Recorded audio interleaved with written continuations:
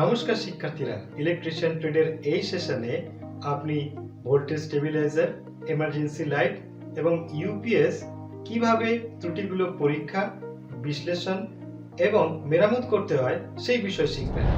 এই অনুশীলনের শেষে আপনি এটা ব্যবহার করতে সক্ষম হবেন। ভোল্টেজ স্টেবিলাইজারের ত্রুটিগুলো পরীক্ষা করুন। ত্রুটিগুলোর উপর ভিত্তি করে ভোল্টেজ স্টেবিলাইজার মেরামত এবং ঠিক করুন।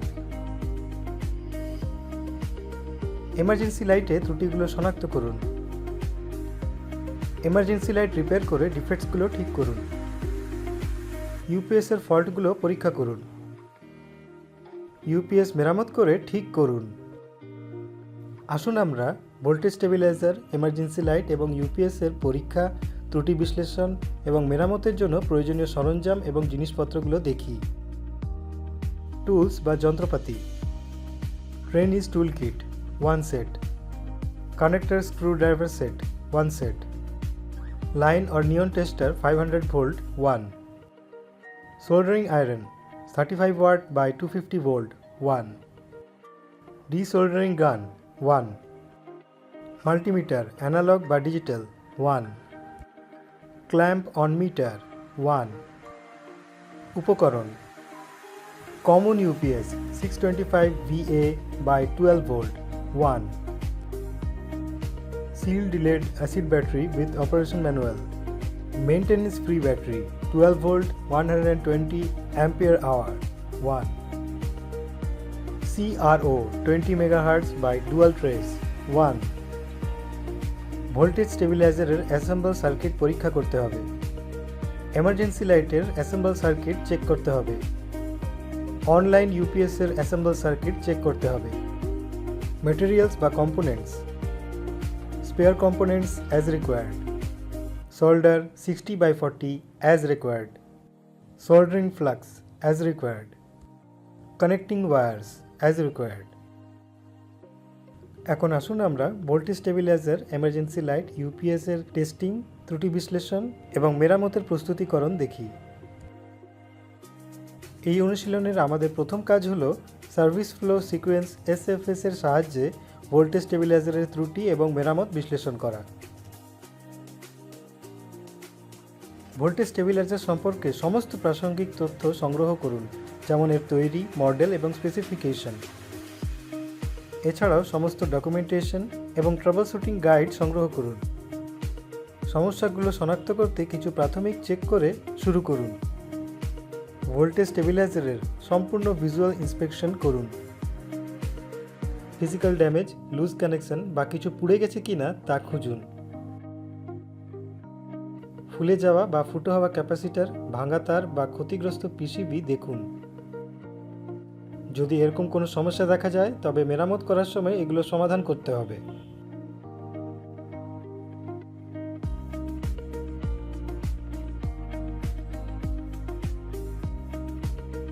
স্টেবিলাইজারের কম্পোনেন্টস বা পার্টসে কোনো শর্ট সার্কিট আছে কিনা তা সাবধানে পরীক্ষা করুন।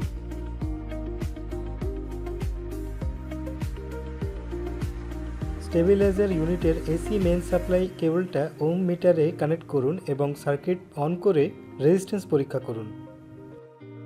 যদি রেজিস্ট্যান্স 0 দেখায় তাহলে এটা ডেড শর্টকে নির্দেশ করে। ইনপুট ভোল্টেজ স্টেবিলাইজার নির্দিষ্ট সীমার মধ্যে আছে কিনা তা যাচাই করুন। শর্ট সার্কিটে পরীক্ষা করার পরে ভিজুয়ালি বা ওহম মিটার দ্বারা কোনো ওপেন সার্কিট পরীক্ষা করুন।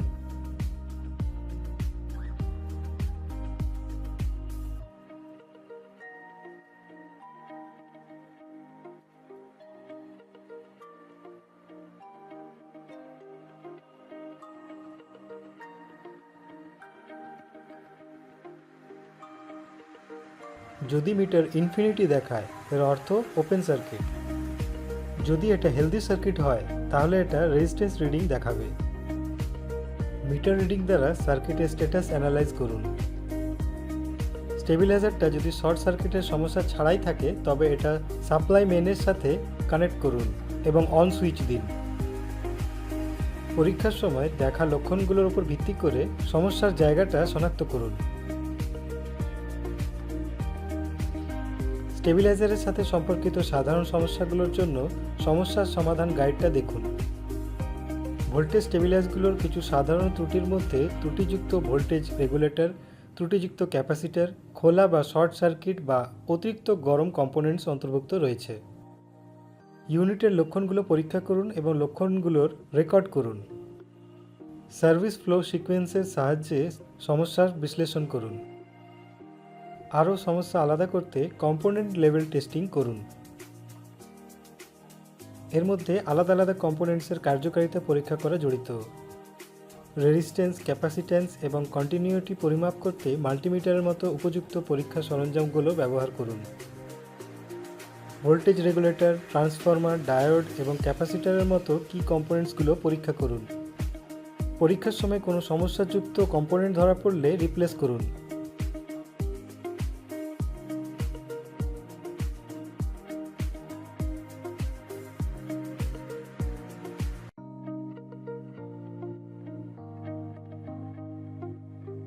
আমাদের পরবর্তী কাজটা হলো ট্রাবল শুটিং সিকোয়েন্স ব্লকের সাহায্যে এমার্জেন্সি লাইট রিপেয়ার এবং মেনটেন করা। মেরামত শুরু করার আগে আপনার কাছে যে প্রয়োজনীয় সরঞ্জামগুলো আছে তা নিশ্চিত করুন। যে কোনো ইলেকট্রিক শক এড়াতে এমার্জেন্সি লাইটটা যে পাওয়ার সোর্স থেকে আলাদা করা আছে তা নিশ্চিত করুন। যদি ব্যাটারি থাকে তবে এটাও সরিয়ে ফেলুন। যে কোনো visible physical damage, loose connection বা পোড়া কম্পোনেন্টস আছে কিনা তা পরীক্ষা করুন। ভাঙা তার, লুজ স্ক্রু এবং অতিরিক্ত গরম হওয়ার কোনো লক্ষণ আছে কিনা তা দেখুন। এমার্জেন্সি লাইটটা পাওয়ার আউটলেটে প্লাগ করুন এবং ব্যাটারিটা পুনরায় কানেক্ট করুন।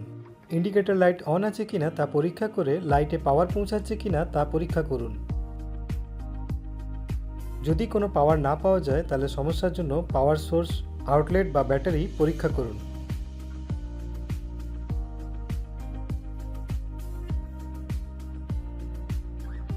ত্রুটিযুক্ত বা পুড়ে যাওয়া বাল্বগুলো নতুন বাল্ব দিয়ে রিপ্লেস করুন।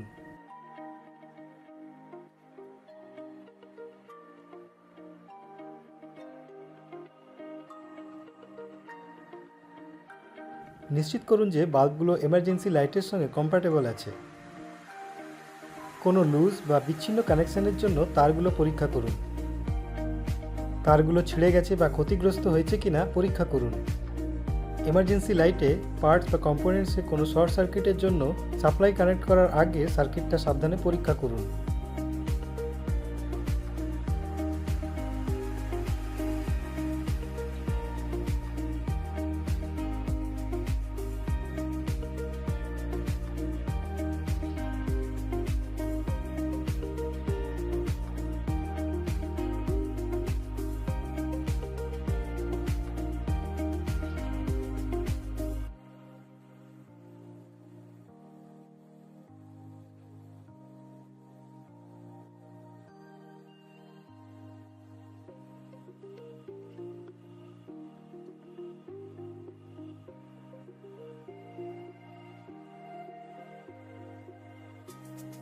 মেইন সাপ্লাই কেবলটা ওম মিটারে কানেক্ট করুন এবং এসি মেনগুলোর সাথে কানেক্ট করতে সার্কিট নোড অন করে রেজিস্ট্যান্স পরীক্ষা করুন। শর্ট সার্কিটের জন্য পরীক্ষা করার পর ভিজুয়ালি বা ওম মিটার দ্বারা কোনো ওপেন সার্কিট পরীক্ষা করুন।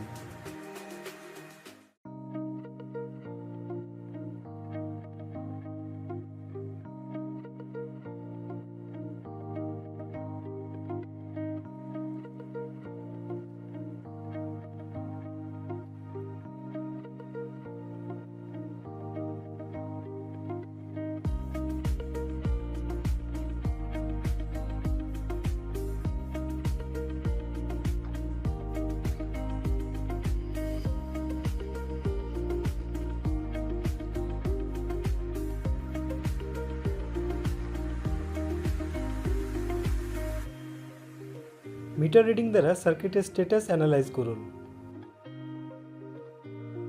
যদি এমার্জেন্সি লাইটে শর্ট সার্কিটের কোনো সমস্যা নেই তবে এটা মেইন সাপ্লাইয়ের সঙ্গে কানেক্ট করুন এবং সুইচ অন করুন। ইউনিটের সিমটমসগুলো পরীক্ষা করুন এবং রেকর্ড করুন। যদি কোনো সমস্যা খুঁজে পান তাহলে প্রয়োজন অনুসারে ওয়্যারিং মেরামত বা রিপ্লেস করুন।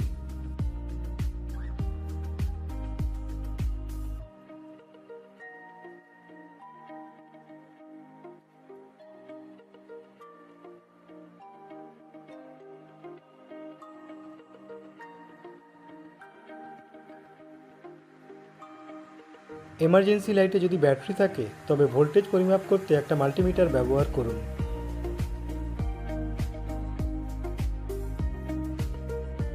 নিশ্চিত করুন যে ব্যাটারিটা পুরোপুরি চার্জ হয়েছে এবং নির্দিষ্ট পরিসীমার মধ্যে ভোল্টেজ রয়েছে। যদি ব্যাটারিতে সমস্যা বা ডিসচার্জ থাকে তবে নতুন দিয়ে সেটা রিপ্লেস করুন।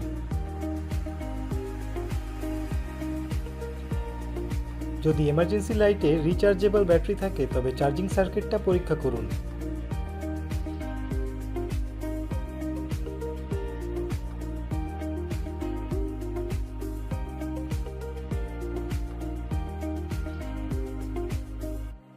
সার্ভিস ফ্লো সিকোয়েন্সের সাহায্যে সমস্যাটা পরীক্ষা করুন। একবার ত্রুটিযুক্ত কম্পোনেন্ট মেরামত বা রিপ্লেস করা হয়ে গেলে এমার্জেন্সি লাইটটা পুনরায় অ্যাসেম্বল করুন।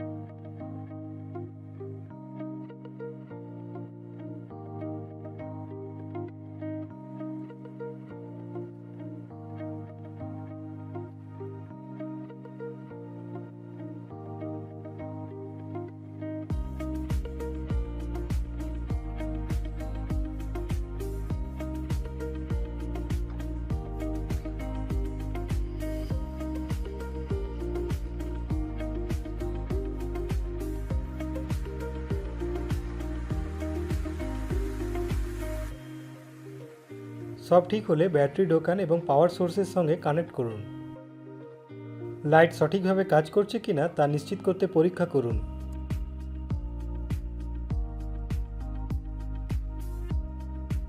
এই অনুশীলনে আমাদের তৃতীয় কাজটা হলো ইউপিএস পরীক্ষা করা এবং ত্রুটিগুলো শনাক্ত করা এবং সমাধান করা।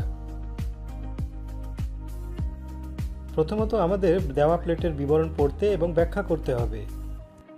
UPS online or offline UPS এর ধরন, model, power rating VA, change over time, battery rating, backup time. ইউপিএসে প্লাগ ইন করে সুইচ অন করুন।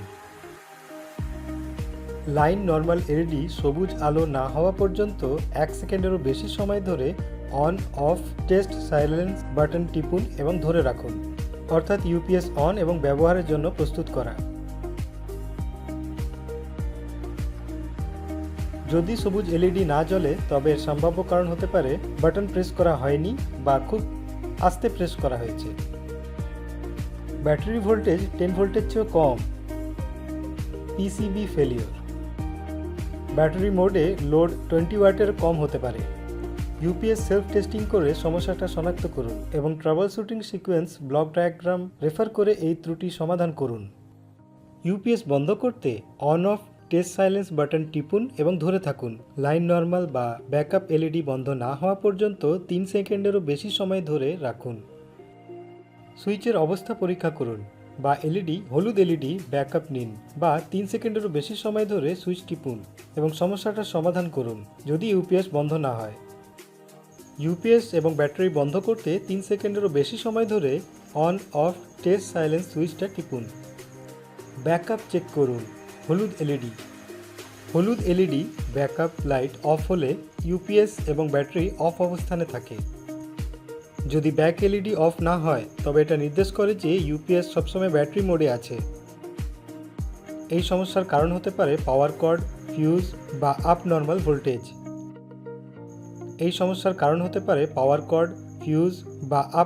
Voltage. Power cord, AC fuse, অস্বাভাবিক ভোল্টেজ এবং পিসিবির অবস্থা পরীক্ষা করুন।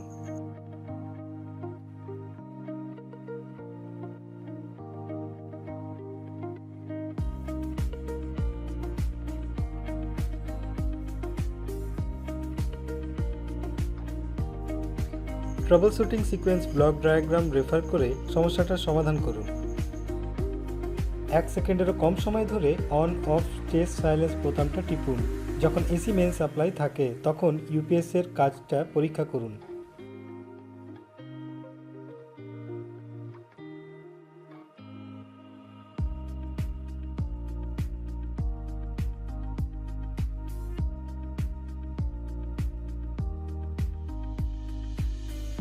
যদি ইউপিএস ব্যাটারি মোড লোডে কাজ করে তবে ব্যাটারি এলইডি লাইট আপ হয় এবং এটা নির্দেশ করে যে ইউপিএস অনলাইন অপারেশনে রয়েছে।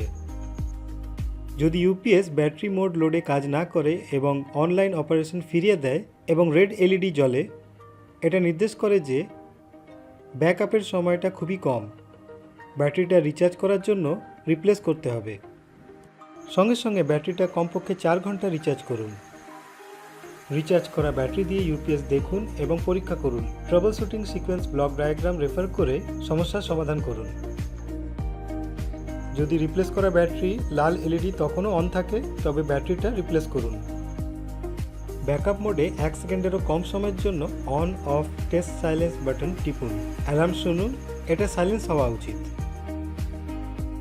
এটা লো ব্যাটারি বা ওভারলোড কন্ডিশনে কাজ করে না। ইউপিএস বন্ধ করতে সাইলেন্স বোতাম টেপার সময় বিপিং অ্যালার্ম চেক করুন। যদি এটা ব্যাকআপ মোডে থামে তবে এটা নির্দেশ করে যে ইউপিএস স্বাভাবিক মোডে রয়েছে, কিন্তু যদি বিপ সাউন্ড চলতেই থাকে তবে এটা নির্দেশ করে যে ইউপিএস ওভারলোড হয়েছে। হলুদ এলইডি ব্যাকআপ জ্বলে উঠলে বিপিং বন্ধ করতে অ্যালার্মের সময় বাটন অন অফ টিপুন। ইউপিএসে ম্যাক্সিমাম কানেক্টেড লোড পরীক্ষা করুন এবং বিপ অ্যালার্ম না হওয়া পর্যন্ত অতিরিক্ত কানেকশন খুলে এই সমস্যার সমাধান করুন। Task 4, replacement of battery. Easy battery রিপ্লেসমেন্টের জন্য দেওয়া নির্দেশ এবং পদ্ধতি অনুসরণ করুন। এসি পাওয়ার সোর্স থেকে ইউনিটটা আনপ্লাগ করুন এবং সমস্ত কানেক্টেড সরঞ্জাম বা লোড আনপ্লাগ করুন। ইউপিএস ইউনিট থেকে AC power cord connection disconnect করুন। ইউনিটটা আপসাইড ডাউন করুন এবং ব্যাটারির উপরে থাকা 4টা স্ক্রু খুলে ফেলুন। স্ক্রুগুলো আবার লাগানোর জন্য নিরাপদ জায়গায় রাখুন। উপরটা শক্ত করে ধরে রেখে পুরো ইউনিটটা ডান দিকে ঘুরিয়ে দিন। উপরের কভারটা সরিয়ে নিন এবং পাশে রাখুন। কানেকশন এবং ইলেকট্রিক কম্পোনেন্টগুলো বেরিয়ে আসবে। ব্যাটারি চেঞ্জ করার সময় ভেতরের কম্পোনেন্টগুলো ছুবেন না। ডিসকানেক্ট করুন এবং ব্যাটারি থেকে দুটো লিড লাল এবং কালো সরিয়ে ফেলুন। আপনি সহজেই ইউনিট থেকে ব্যাটারি সরিয়ে ফেলতে পারেন। নতুন ব্যাটারিটা পুরনোটার মতোই একই জায়গায় রাখুন। লিডগুলো অর্থাৎ রেড লিড পজিটিভ পজিশনে এবং ব্ল্যাক লিড নেগেটিভ পজিশনে রিকানেক্ট করুন। সরঞ্জামগুলো সঠিকভাবে রিকানেক্ট করুন। ইউনিটটার ভালো অবস্থা এবং পারফরমেন্সের জন্য পরীক্ষা করুন। আসুন আমরা এখন পর্যন্ত যা যা শিখেছি তার পুনরালোচনা করি। ভোল্টেজ স্টেবিলাইজারের ত্রুটি পরীক্ষা করা, ত্রুটিগুলোর উপর ভিত্তি করে ভোল্টেজ স্টেবিলাইজার মেরামত এবং ঠিক করা, এমার্জেন্সি লাইটে ত্রুটিগুলো পরীক্ষা করা, এমার্জেন্সি লাইটের মেরামত এবং ত্রুটিগুলো ঠিক করা, ইউপিএস এর ত্রুটিগুলো পরীক্ষা করা, ইউপিএস মেরামত করে ত্রুটিগুলো ঠিক করা। আমি আশা করি আপনারা সবাই ভোল্টেজ স্টেবিলাইজার, এমার্জেন্সি লাইট এবং ইউপিএস এর ত্রুটির পরীক্ষা, বিশ্লেষণ এবং সেটা কিভাবে মেরামত করতে হয় তা বুঝতে পেরেছেন। আসুন আমরা পরবর্তী সেশনে আবার দেখা করি। ধন্যবাদ শিক্ষার্থীদের। বিদায়।